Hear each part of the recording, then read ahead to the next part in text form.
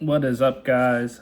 I just got the new Agassi Pro 16mm in the mail just now. I'm about to load it up with some lead to my specifications, and we will do a play test for you guys later tonight.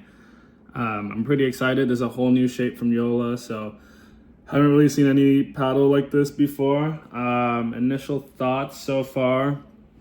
It almost looks a little bigger than the Perseus, but I'm super excited to test this thing out. I'm gonna load it up to about 9.5 ounces. That's what I usually play at. So I will keep you guys updated how it goes. Let's go, baby. So guys, here we have the packaging if you guys are interested in seeing it. It's a 8.2 ounce paddle. They're a little heavier than the 3S, mainly because of this new extra foam they have towards the bottom with the TFP TexFlex power technology that they're adding. It's supposed to make it a little more stable, more durable, and allow that core to flex a little bit more. So again, super excited to see how this is going to play out. And I know one of the big things that JOOLA mentioned, you can see I'm looking at it on the website actually. One of the big things that JOOLA has been mentioning is that durability is a main focus with this Pro 4 line. So we will put that to the test, because if you know how I play, you know I break paddles all the time. Andre Agassi is one of my favorite players watching growing up. So, you know, it's really cool to see him being a part of pickleball and helping this sport grow so much. So I'm gonna load this up and I'll see you guys on the courts. What's up, guys? Before I get into my initial thoughts on the paddle itself, I just want to let you guys know I am a JOOLA champion rep here in the Houston area. However, JOOLA does not pay me to make any of these videos or do reviews. I do this purely for fun, purely for my friends to watch, and for you guys to have a better understanding on the paddle. But before anything else, we'll get into the video. If there's any questions, comment down below. I'll be happy to answer any and all questions you guys may have. Quick thing I want to note before we dive deep into this video, the camera footage you're watching in the background is from last night when I was playing with this paddle. I do apologize for the camera quality itself. It is not my camera. It is just kind of security footage from the club I play at. The camera I was using, I did not get a great angle for footage I wanted you guys to see. So this angle is going to give you guys a better understanding on some of the pros and cons of this paddle. With that said, this is probably our 6th game of the night. We were quite tired at this point, so you might see some lazy footwork, and I do apologize for that. But overall, I think there was a lot of good points in this footage for you guys to see and really kind of see a little bit of everything on what this paddle has to offer.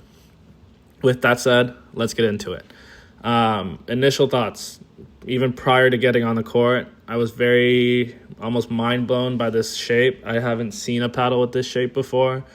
And just tying it with Andre Agassi, one of my favorite tennis players growing up, was very unique. And I essentially got this paddle for fun as a result of that.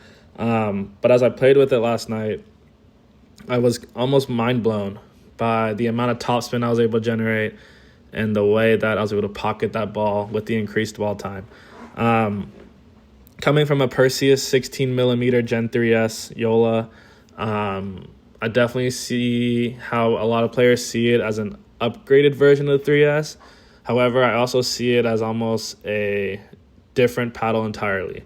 It still uses that same core with an addition of that TFP, which is almost like a foam-like material towards the throat of that paddle.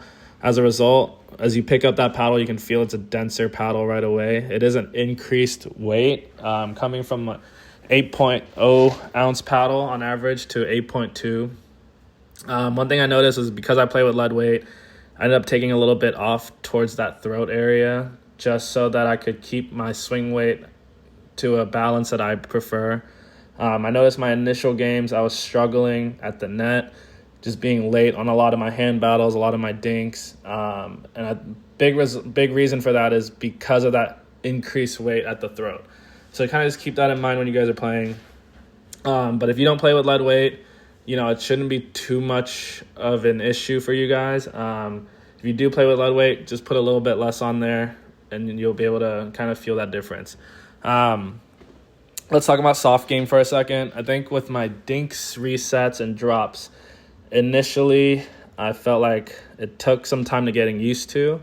But as I played with it more, probably the fourth hour, fourth hour, I felt a lot more control. Granted, I was not making every single shot. We were pretty tired. But I felt like I was relatively in control for a lot of these shots, and I had a lot of confidence going into these shots. I know my partner Evan was really tired towards some of these games, so I tried to take some of the pressure off and took a couple more of those thirds and kind of alleviate him from having to take as many of those. But, hitting these thirds, I felt more confident hitting with this Agassi paddle than I did with my Gen 3S.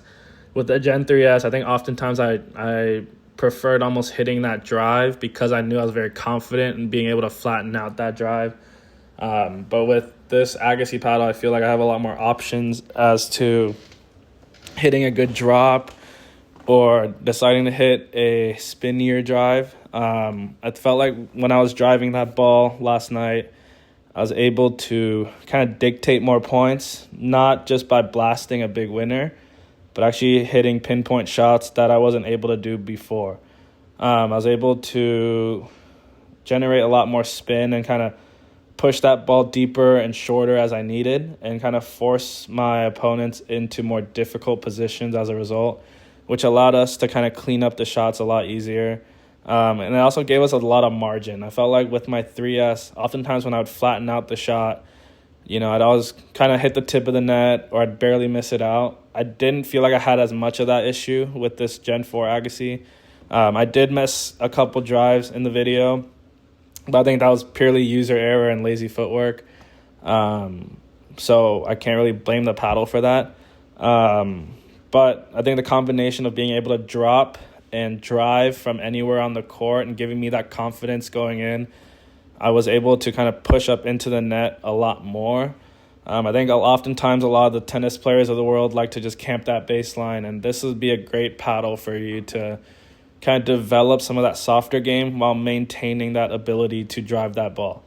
I think two big things I really noticed was A, the amount of topspin I was generating, and B, the amount of dwell time I was seeing. Actually, let's say a third thing, the increased sweet spot. Starting off talking about that dwell time. I felt like when I was dropping, when I was dinking, that ball would just sit on that paddle a little longer. Gave me more confidence, gave me more control, gave me more stability. All three of those things accumulated to me hitting a better drop overall and kind of gave us more confidence going up to the kitchen and being able to battle those longer points. Talking about the increased sweet spot for a second, I felt like I couldn't really mishit the ball. I might have had like one or two mishits the whole night. That was just between exhaustion and laziness more than anything. I felt like I was able to hand battle even at the transition zone. I felt like I was able to dink even when I was out of position. I felt like I could drop from pretty much anywhere. Granted, again, these are things that I've personally felt that I might not have perfected yet. I think a lot of these things that just takes a couple drill sessions to iron out a little bit and kind of getting used to that break-in period. But overall, I think the two spots I felt like I struggled the most were serving and returning. Just talking about returns for a sec, I think that initially I was kind of overspinning that ball. As a result, I was hitting the returns somewhat short, allowing my opponents to attack some of those third shots a lot more.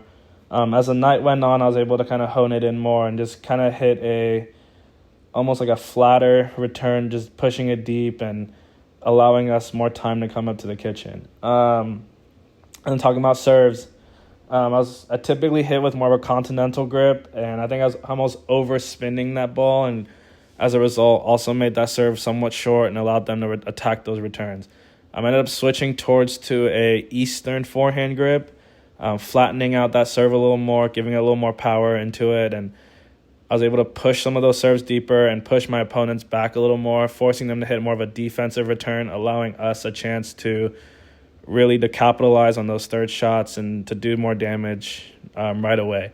I'd say overall with this paddle, the big difference I see is that I'd say versatility is kind of the word that comes to mind. I felt like with the 3S, oftentimes, I felt like I could just hit a drive, or I didn't have that confidence to hit that drop from anywhere. Oftentimes I'd always rely back to my drive, and with this Gen 4 Agassi, I felt like I was able to kind of hit that drop or hit that drive from anywhere and kind of keep more of a unique style that my opponents couldn't just expect a drop to come or couldn't just expect a drive to come. So I was kind of keeping them on their toes a little more and kind of forced them to play a longer point than they did with me in the past, which I think is a very welcomed idea to bring to the sport. Talking about just where I see the JOOLA Pro 4 line for a second, I think these are a significant upgrade from the 3S, and I'm not just saying that because I love the brand and all their paddles. I feel like a lot of the cons for me are temporary negatives. Just talking about like breaking the paddle in a little more, or for me to get used to that feel. I feel like those are things that once I drill with it a couple weeks or even a couple of days, it's something that I'll get used to, and it's just gonna make me a better player in the long run as a result. And I think the addition of that TFP and that increased dwell time and bigger sweet spot are just gonna help me become a better player and force our opponents to kind of think through some of their points more. And I think overall for the sport, this is a really good paddle to see in the market. I think a lot of people look at JOOLA and just think it's a big power paddle company, but honestly, I feel so like I have so much control with these paddles that I can, I think people give JOOLA a bad rep because of that. But overall, very impressed with this Agassi paddle.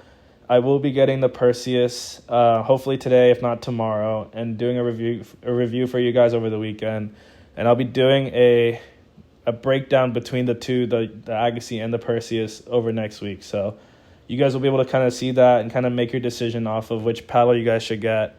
If you guys are in the Houston or just the Texas area and you guys ever want, some help on picking a JOOLA paddle or have some questions or, looking for a good deal, definitely shoot me a comment down below and shoot me a DM on Instagram. I'll link my Instagram in the description below.